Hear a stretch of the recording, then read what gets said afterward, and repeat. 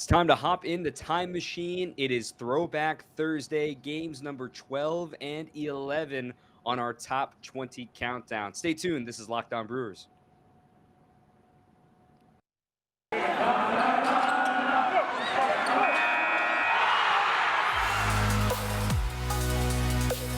You are Locked On Brewers, your daily Milwaukee Brewers podcast, part of the Locked On Podcast Network, your team every day.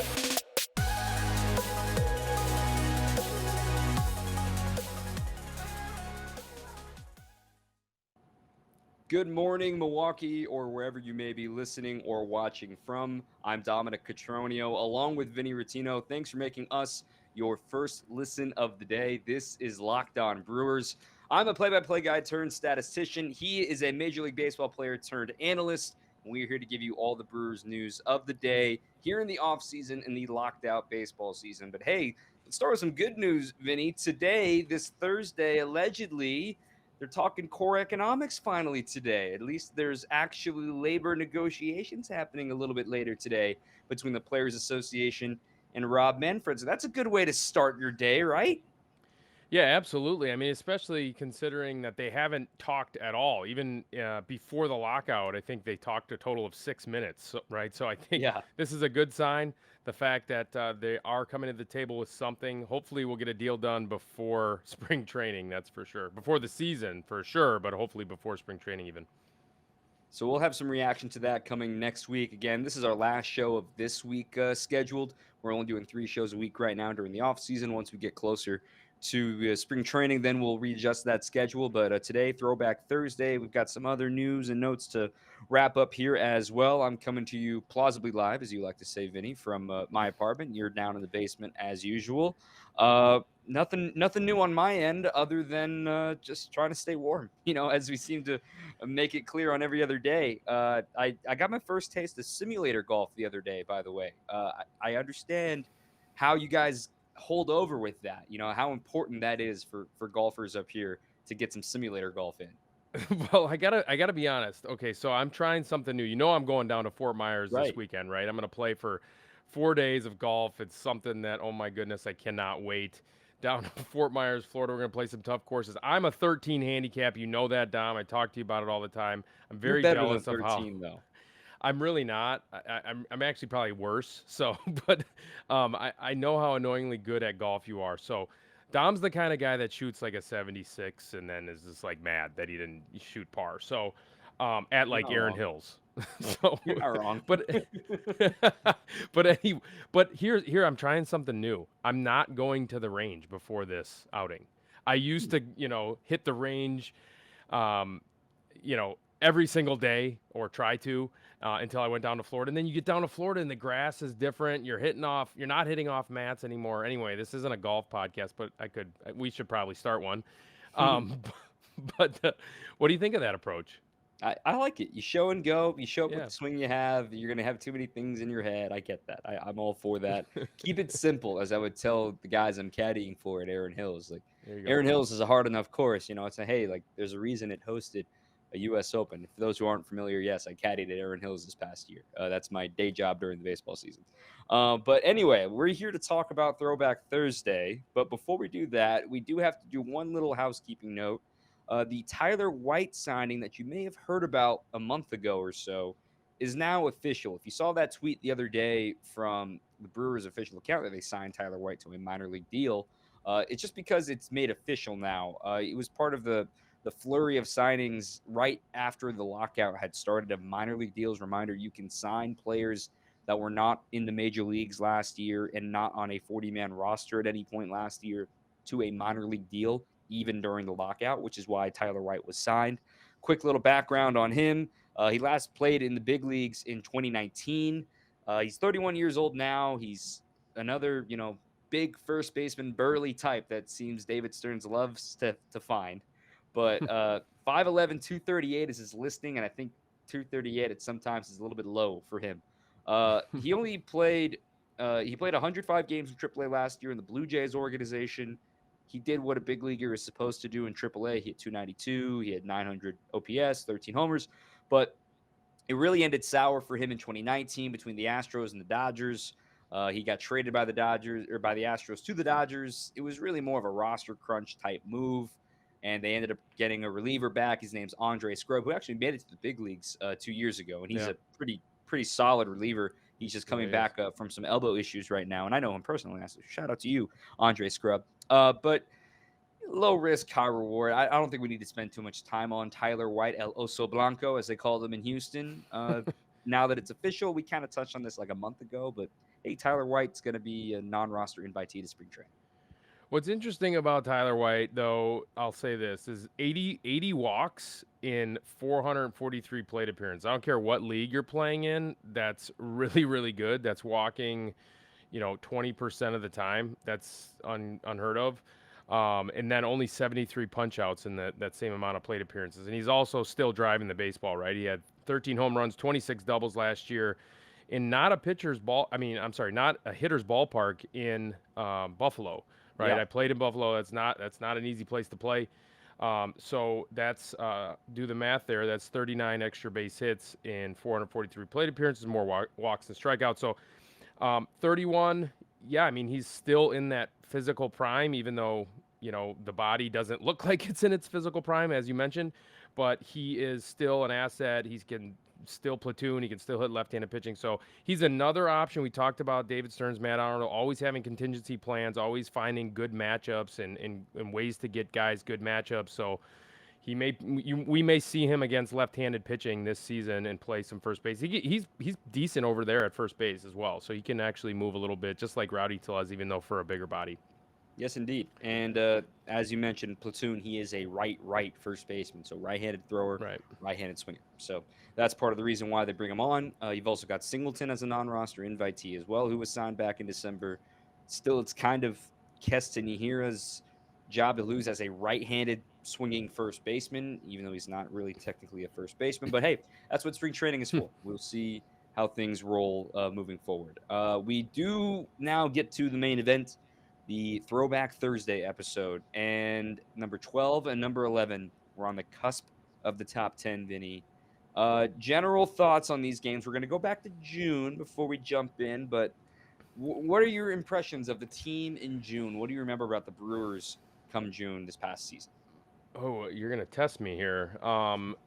June was kind of when I know that they had a long stretch of games in a row, and then they kind of opened up a 10-game lead, 10-game record over 500, which they started to play a lot better.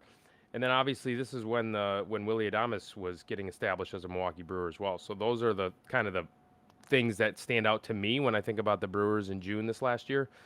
Yeah, where are you going with that? How about you?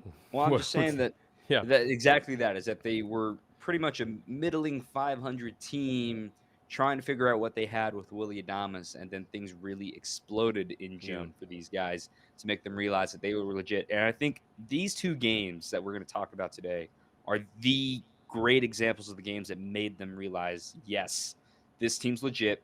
They have just enough offense, and the pitching is dominant. Before we talk about that, you know who we're going to talk about, Vinny. It's Built Bar. Built Bar, new year, new resolutions. If you're getting fit, Built Bar can help you get there. 130 calories, 4 grams of sugar, 4 net carbs, and 17 grams of protein. And yet still, it's covered in 100% real chocolate. If you want to eat healthy and actually want to eat something that's good for you and tastes good, this protein bar is legit. It doesn't taste chalky or waxy like the other guys. This actually is something you're really like, wait, this is a protein bar? This tastes like a candy bar. This is an amazing, amazing product from our friends at Built.com. Even if you're not a huge fan of working out, you can at least eat it and just have your sweet treat, as opposed to grabbing like a Reese's cup. That's my vice. I don't know about you. What's your candy vice? Yeah, I love Reese's cups. I'm just so, and get this, they actually have a peanut butter brownie. They've got a bunch of different flavors as well. They've got cookies and cream, salted caramel. The list goes on. You can see the whole list and all of their products at Built.com. And if you're really feeling hungry, you can use the promo code LOCKED15, LOCKED15 at Built.com, BUILT.com, and you're going to get 15% off that order online. So go help out, support our friends at Built.com. Again, 15% off with promo code LOCKED15. You're actually going to enjoy eating this protein bar, guys. It's 100% real chocolate. Can't wait to see more folks. My dad got them, and he loves them. My dad just got them. So can't wait to hear other folks saying, hey, I got myself a Built Bar, and we're going to love it, okay? So go to Built.com, promo code LOCK15. We sent you there, and enjoy it. All right, let's hop in the time machine now, Vinny. We're going to go back to June 4th. This is game number 12 on our top 20 countdown. If you haven't missed any, just scroll up on your podcast feed every Thursday. Last week it was Friday, but pretty much every Thursday we've done a throwback, and we do 2 episodes per throwback episode. So just scroll back, and these are all really fun to go into. June 4th, 2021, the Arizona Diamondbacks were in town, Vinny. And this was a game really the tale of 2 teams starting to realize what their seasons were going to be. The Diamondbacks were in absolute free fall. This was the part of the season where they were just absolutely atrocious on the road. They had that 24-game losing streak, which set a Major League Baseball record. And during this research, I was shocked to find this. Remember earlier in the year when Madison Bumgarner threw a 7-inning no-hitter against the Braves in April? So they were 11-11 on that day after they won that. They swept that doubleheader against the Braves with Zach Allen and Madison Bumgarner. So they were 11-11 in April. The rest of the first half until the All-Star break, they went 15-55. That's pouring rough. Out for our homies in Arizona, man. That is tough. And this was a game that it all came to a head. In this game, there was a sloppy Little League home run for Omar Narvaez. This isn't the main story, but there were 2 errors on the play, a ball that got thrown around. It was just very ugly. And then between innings, Torey Lovullo was just lighting his team up. It looked like a high school coach lighting up his team. Have you ever been in a professional dugout where something like that happens? I've seen it in the minor leagues, on the lower level of the minor leagues. Eddie Cedar used to do that to us in rookie ball, but I have never seen it above double A or higher. I've never seen it. They managers just do not do that. And obviously something snapped within Torey Lovullo. You could almost not blame him though, because this team was really, really bad record-wise, and things just weren't going their way, but they weren't that bad, right? I mean, look at that lineup that they played against in this. I mean, we'll get into it later with the lineup that Freddie Peralta ended up facing that day, but they weren't that bad of a team, and they just were awful record-wise, and they just could not win, and I can understand where he was. I mean, losing just totally wears on you, especially when you are with the group of guys every single day, 162 games, 180 days. It will wear on you, and it is not a good feeling. So I've never seen it, but I don't blame him for doing it. Yeah, it was really wild to watch. I was working this game for Valley Sports Wisconsin. But let's get to the game. Matt Peacock versus Freddy Peralta. And the big start of significance of this for Freddie Peralta, it was his 25th birthday, by the way. It was the first time he got to make a start on his birthday. Did you ever play on your birthday, Vinny? Did you ever play well? Yeah, April 7th is my birthday, so I always closer to the start of the season, and I feel like I've played well on my birthday. I don't know. I've had many birthdays at this point, Dom, so I don't really remember exactly if I had like a big game or whatever. Baseball Reference by the end of this episode and go see if I can find it on stat. I know you will. See if we can find something crazy. But nonetheless, it's his 25th birthday, and he's going against the Diamondbacks, who are kind of reeling at this point. It was if you could ever predict a guy would flirt with a no-hitter, this would be the day to do it. I mean, the Diamondbacks hadn't won a road game in forever. They're just scuffling. It's a day game, or it's a 7:00 game after them flying across the country. It was just a really, really bad matchup for the Diamondbacks, to say the least. Oh, go ahead. Go ahead. I was just gonna say, like you said, the stars were kind of aligned, right, to throw a no-hitter that game. But at the same time, you talk about Brandon Woodruff, Corbin Burns, and Freddie Peralta. Every single one of these guys has a chance to throw a no-hitter every time they toe the rubber. I just wanted to say that. So, yes, the stars were aligned. So, but, man, it wasn't surprising what he did that day. But sure. Continue. Yeah, I agree. So, let's jump into it here. The Brewers scored first in the bottom of the first inning. It was a home run by Daniel Vogelbach, who, oh, by the way, was batting second on this day. I forgot how much Vogie batted second this season. In fact, he had 31 games started batting second this year. I mean, he was a pretty important on base guy in the first half of the season. He didn't start in second after June once Colton Wong came back, because during this time Colton Wong's hurt during this game for the second time during the season. So this was a big stretch of games in early June where they didn't have Colton Wong. This was in fact the first day they didn't have Colton Wong, and he wouldn't come back till later in the month because remember he had the oblique issue. So Vogelback leads off in the bottom of the first, or second up, hits a home run in the bottom of the first. They had another one on an RBI ground out in the second. And then that aforementioned Little League home run by Omar Narvaez. He had a double to right center field that multiple mistakes by Pavin Smith, who's going to be a really good young player. Pavin Smith is a catcher first baseman playing center field for the Diamondbacks right now. He's a freak athlete, but hey, he's tried to do a little too much. Then he throws to his cutoff man. The cutoff man makes a terrible throw to third. Josh Rojas to Eduardo Escobar. Little League home run. That's when Lovullo lights up his team. So already it's 3-0 Brewers. And Freddie, he did have a few walks, which you can't expect, but he's cruising, man. He is absolutely cruising. A 19-pitch first, so not great, but hey, first inning's tough for any starter. 15 pitches in the second, 14 pitches in the third, 15 in the fourth, and then 17 in the fifth. So you're starting to think, all right, second time through the order, it's getting a little tougher to figure this guy out. He's at 80 pitches through 5 innings, but he does have 8 strikeouts at this point, so he's rolling well. And I don't know what snapped into the Diamondbacks' bats, but they just started to get really, really stupid aggressive against him. And he only needed 17 pitches to get through the next 2 innings for the next 6 outs. And that was a big reason that Freddie got to keep going. But before we get to the 8th inning, when the no-hitter eventually was lost, the play of the year, perhaps, in my opinion, maybe it's Billy McKinney's catch in San Diego. Maybe it's this one. It's the Luis Urias diving up the middle to his right on a ball that's probably dropping 95 times out of 100. That play, every no-hitter has that play, right? It has the play that you're, oh my God, that kept it as a no-hitter. Everyone in the ballpark suddenly realized, oh my God, there's the play. Were you working this game? What do you remember about that play and that moment in the 7th inning? I was working the game, and in fact, both Craig Kashan and I were getting ready for the post-game show in the 8th inning. That's when we have to go down there, and we both looked at each other like, this is going to happen. There's 100% going to be a no-hitter because there was, like you said, that play that happened. Off the bat, I thought it was going to be I thought it was a 50-50 whether or not it was going to be hit. I thought it was going to bounce 100%. I thought it was going to bounce. Second baseman or shortstop, Willy Adames or Luis Urias was going to have to maybe like barehand it and then gun a throw to first base in order to get him, or maybe short hop it. But it hung up in the air and it was perfectly placed right in between them. And I don't know how Luis caught that ball.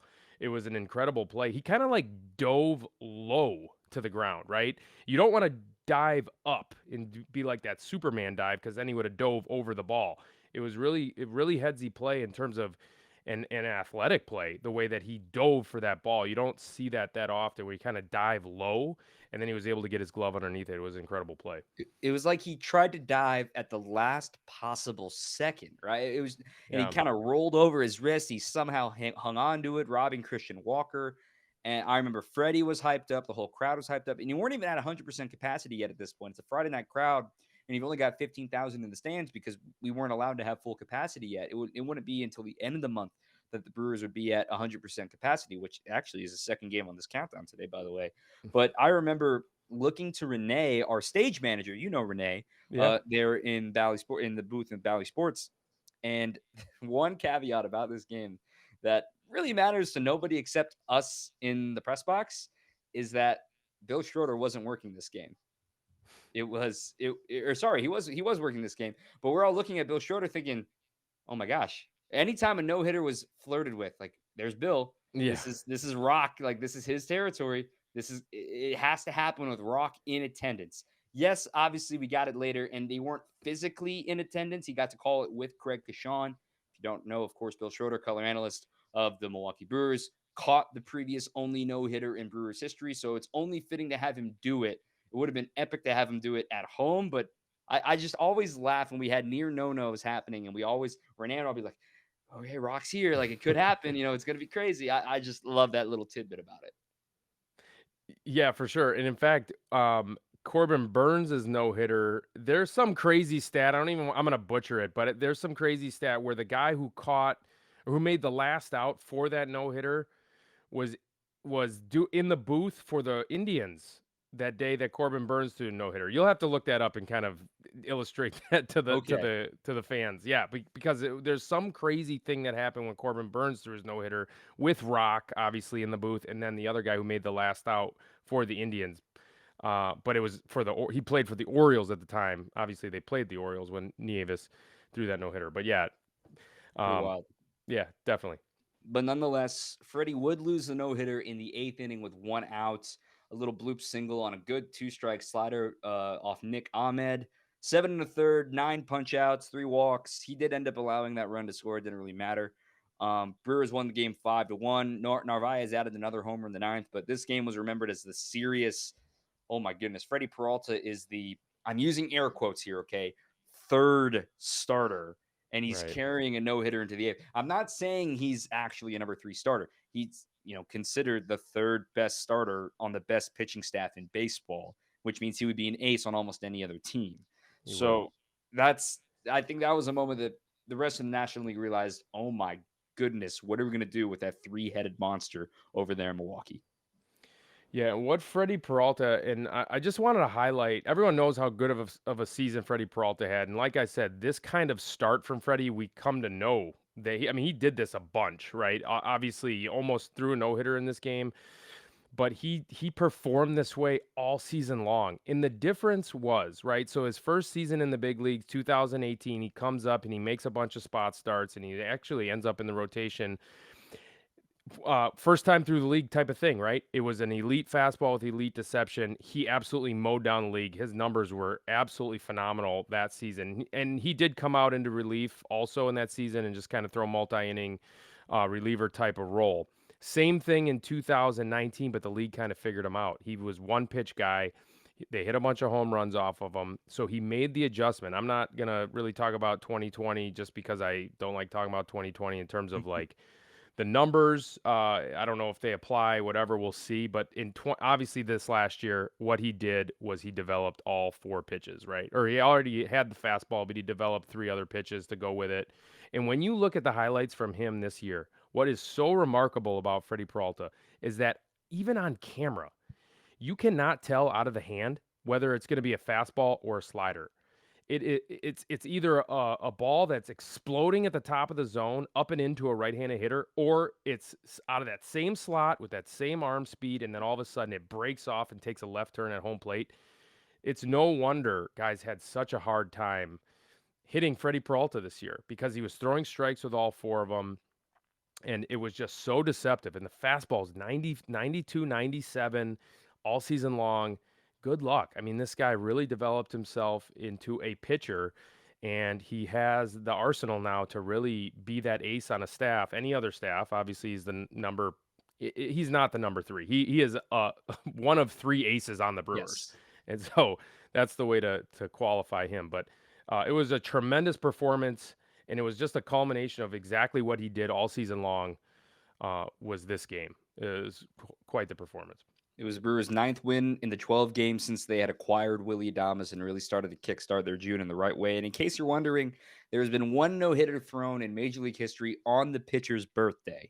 It was back in 1912 by a fellow named George Mullen of the Detroit Tigers. He no-hit the St. Louis Browns on July 4th, 1912 during the dead ball era. So what's happened once before, Freddie almost did it this year. As we get ready for game number 11 on our countdown, moving on to our next game, which was a little bit later in June, want to remind you that you can use BetOnline to wish you a very happy betting new year. And also remember to use BetOnline, the number 1 spot for all of your sports wagering in 2022 football playoffs. So here, obviously, I've got it right here on my whiteboard, Dubs and Bucks tonight. Huge game over at Fiserv between the Warriors coming to town. Perhaps a finals preview, if you know what I'm saying. That could be fun. You could bet on it, too, with BetOnline. It's a new desktop, new mobile site, all ready to go with a new promo code for you, Locked On. When you sign up, your first deposit, you're going to get a 50% welcome bonus with our friends at BetOnline. So just use the promo code Locked On, all one word, and you're going to get a 50% welcome on your first deposit. You can bet on basketball, football, hockey, boxing, UFC, your favorite Vegas casino games. You've got amazing offers available. Not just this one. There are other ones on there on BetOnline too. It's the fastest and easiest way to wager on all your favorite sports. Go to BetOnline, where the game starts. Okay, hopping back in the time machine, Vinny. We're going to go to June 25th against Colorado. The Rockies are in town. Game of significance because this is reopening day, mind you. This is the day that the Brewers went back to 100% capacity. It was a 3 o'clock start on a Friday, not just because of the reopening day, but because the Bucks were hosting Game 2 of the Eastern Conference Finals that night over at Fiserv. So something to keep in mind, reason why it was a day game. This was an epic pitching matchup. Corbin Burnes against Jon Gray. And I know, folks, we talked about this a couple episodes ago on Throwback Thursday when we had the Willy Adames home run against the Rockies. The Rockies were a better team than a lot of people gave credit for this year. And Jon Gray's a lot better pitcher than a lot of people gave credit for. And I'm really excited to see what he does in Texas. And I'm personally grateful that he didn't choose a team in the National League Central. I'm really intrigued to see what he does. And that's a pitcher's ballpark as it stands right now. Now going from Colorado to that. But anyway, Jon Gray looked nasty in this game. And the Rockies, again, they were a much better team than a 31-44 record indicates. They were the worst team in baseball on the road, which is shocking given we just talked about the Diamondbacks. And the Brewers at this point were 42-33 with Corbin Burnes on the mound. You're starting to feel like, all right, Corbin's going to be the guy. This is looking really good for the Brewers. And it turned into a pitcher's duel for the first 5 innings. Jon Gray had 10 strikeouts in 5 innings after he was coming back from a short IL stint. Is there anything that you noticed in this game, or have you seen in Jon Gray that maybe other people are missing, or you understand why the Rangers shelled out, I think it was $40 million over 3 years to get him to go to Arlington? I think it was a $55 million deal over 5 years. It was a huge number. Yeah, it was a huge number. I mean, the thing that I think people were nervous about Jon Gray is the fact that he's been hurt a lot, right? So he's been dinged a lot. I mean, there's a little bit of funk to that arm action. I'm surprised actually in this day and age that he hasn't shortened that up to time it up a little bit better. But what I saw from him that day, it was unhittable stuff, right? I mean, and then you pair in the fact that there was shadows. It was a day game. It's always tough to hit in Milwaukee with those shadows. Mm-hmm. So. It was 97, and then it was a nasty slider, and he was breaking off a sharp curveball as well. Difficult to pick up, especially with how long those levers are. He's a deceptive guy to pick up. I think the trepidation from teams in acquiring Jon Gray was the fact that he's been dinged before. So we'll see how that works out in Texas. If he stays healthy, that's a top of the rotation arm. 4 years, $55 million, just to finish the thought on that one. Corbin Burnes on the other side, he didn't pitch poorly. He just gave up a run, so he got a no decision because Jon Gray went 5 shutout and Corbin Burnes went 6 innings with 1 run allowed. He had 7 punch-outs. We were just so used to seeing Corbin Burnes dominate, and this was just another day, but the Rockies tagged him for 1 run in the 6th inning, and he was done after 6, and then the bullpens took over from there, and one bullpen, it looked like it was going to go really sideways with Trevor Richards giving up 3 runs in the 7th inning, including a pinch hit 2-run homer by Josh Fuentes. It was 4-0 Rockies on reopening day in the 7th inning. So with 9 outs to go, Rockies are in command. Remember, they had just taken 2 out of 4. They just split the series in Colorado a week prior from last week's episode when Willy Adames hit a home run and everything was crazy out there at Coors. So now it feels like, all right, Rockies finally have the upper hand. They've got the advantage. Things are looking good. And then from here on in, it became the Keston Hiura game. Keston Hiura in the bottom of the 7th inning with nobody on, 2 outs, and an 0-2 count on him, by the way, hits a solo home run to get the Brewers on the board. Now, we all have chronicled how poorly Keston was with the bat this season. This was that stretch during the summer that Keston was getting hot. Over a 9-game stretch, he had 3 homers. He had a couple of doubles. He hit over 300 during this stretch that he was getting hot. Obviously, he didn't stick around, but on an 0-2 2-out solo homer to then be followed up by back-to-back homers with Colton Wong, it felt like that Keston Hiura homer was the spark that the Brewers needed in that dugout. Yeah, and the spark for Keston, like you said, I personally thought he was back at that point in terms of offensive production, but obviously it didn't work out that way. But that was a nasty pitch by Tyler Kinley, 92-mile-an-hour slider. The guy throws upwards of 100 miles an hour, or he has in the past. It was a nasty 92-mile-an-hour slider. It hung up just enough for Keston to get extended, and that ball was absolutely smoked out of here. And then, yeah, Colton Wong following that up with a homer as well. So, yeah, I mean, like you said, runs and sparks for the Brewers offense all year long came in bunches like that, and this was another example of a never say die kind of attitude from this offense, and that was what was so special about this team, is that they had that, and I think that'll continue on in 2022. But this was an example of that for sure. So Hiura hits the homer. It was also 107 off the bat, 419, and no doubter to left field. It looked like the patented Keston swing. More on him in a little bit later. So then we fast forward to the ninth inning. It's still 4-2 Rockies, and Daniel Bard is back on the mound. Bard pitched in 3 of those games in Denver, including the blown save against Willy Adames, a leadoff walk to Omar Narvaez. A couple batters later, here comes Willy, and he did it to him again. I can't imagine what was going through Daniel Bard's head, knowing that Adames was coming up as a tying run. He just tagged him with an oppo shot in Coors last week. Now he's at his home park. The crowd's getting into it. He's now been with this team for a month, so they know they're legit. And he tries to ambush him inside, or tries to, brush him off the inside edge. Willy's ready for it. A shot to left field into the bullpen. That was one of the loudest moments, I think, all season at American Family Field. That was one of my favorite moments of the season. Yeah, it was. I mean, and Daniel Bard had been throwing, not terribly, and he's kind of coming off. So he had the yips. He couldn't find the zone for a while, and then the season before, he kind of found it again, and now he's back out on the mound, and he's throwing in Colorado, and I mean, it's not a comfortable at bat. It's still fuel coming out of there from a low 3/4 slot or a sidearm slot, and Willy Adames was ready for it and absolutely put a charge into it, and it was just really, really impressive. What I noticed about that swing, real quick, is the fact that he was able to start to get on time a little bit sooner than when he was doing it in Tampa. And this was a really good example of that. If you get a chance, go take a look at that swing again. I mean, he really gets that foot up on time and ready to attack that fastball, and that's exactly what he did. My goodness, that ball was smoked, and it was loud in that stadium, especially with all those fans there. In June, when his first full month with the team, Adames hit 5 home runs, and it felt like every single one of those home runs came at a super important time. It was a heck of a way to introduce yourself to your new team. So that forces the game into extras. They were scoreless in the 10th with Josh Hader on the mound for the Brewers. But one thing I want to go back on, this was the home debut of maybe the most underrated player in the Brewers bullpen, especially in the second half of the season. And that was Jake Cousins. Yeah. This was his second game in Milwaukee, your second game overall with the Brewers. First game in Milwaukee, and made his debut the previous week in Arizona.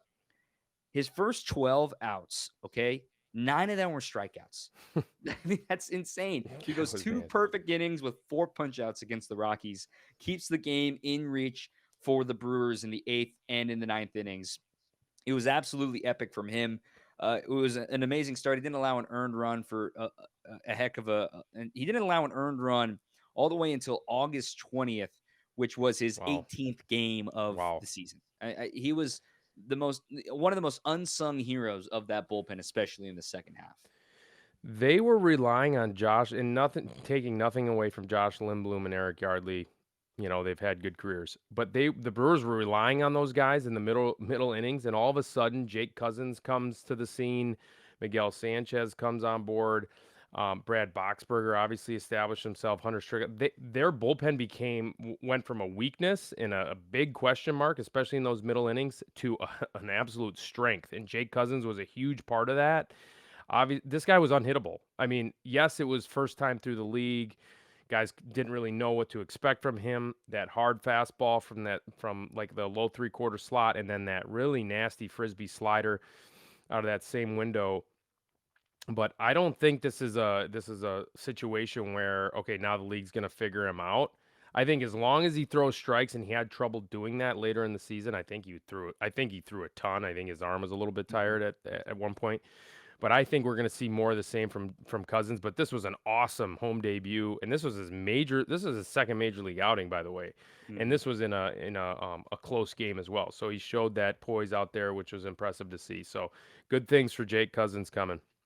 I love it. So then at the top of the 11th, Devin Williams, remember he had an amazing second half. He's getting going.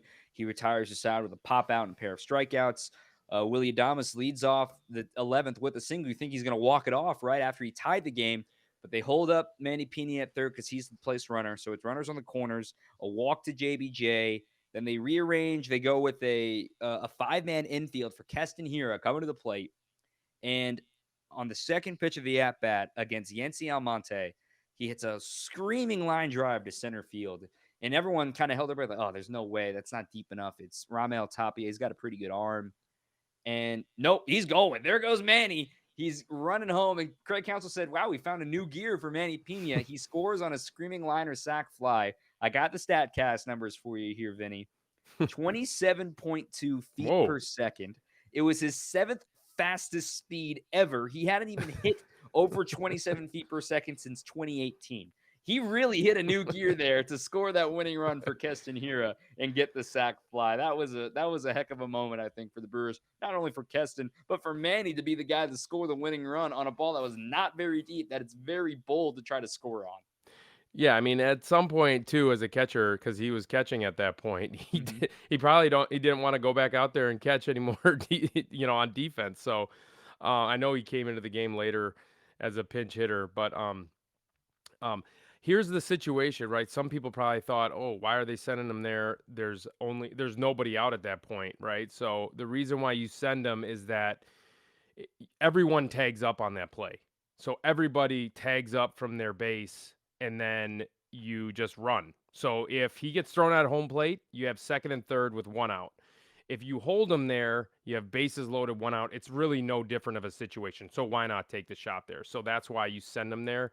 And the other thing about that play, poor Keston Hiura, he was just getting his bat going, and he hits a screaming line drive that, of course, gets caught. I mean, that couldn't have fallen for the guy who got him an extra hit. That's the crazy part about the game, and it's crazy part of Keston's season last year. So those are games number 12 and number 11 on our top 20 countdown. We have entered the top 10 next week, Vinny. Nice.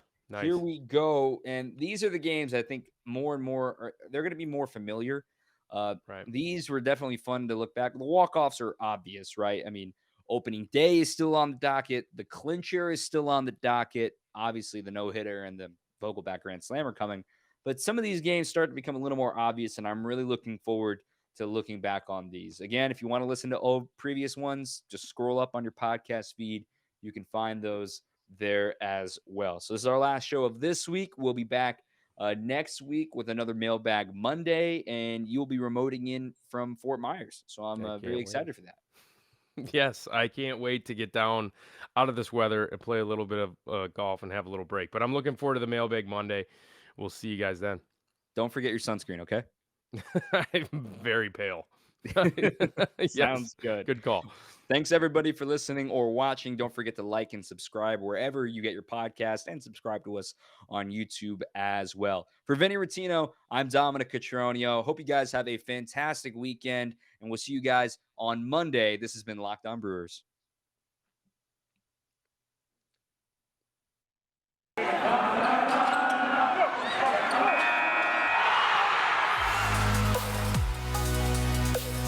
You are Locked On Brewers, your daily Milwaukee Brewers podcast, part of the Locked On Podcast Network, your team every day.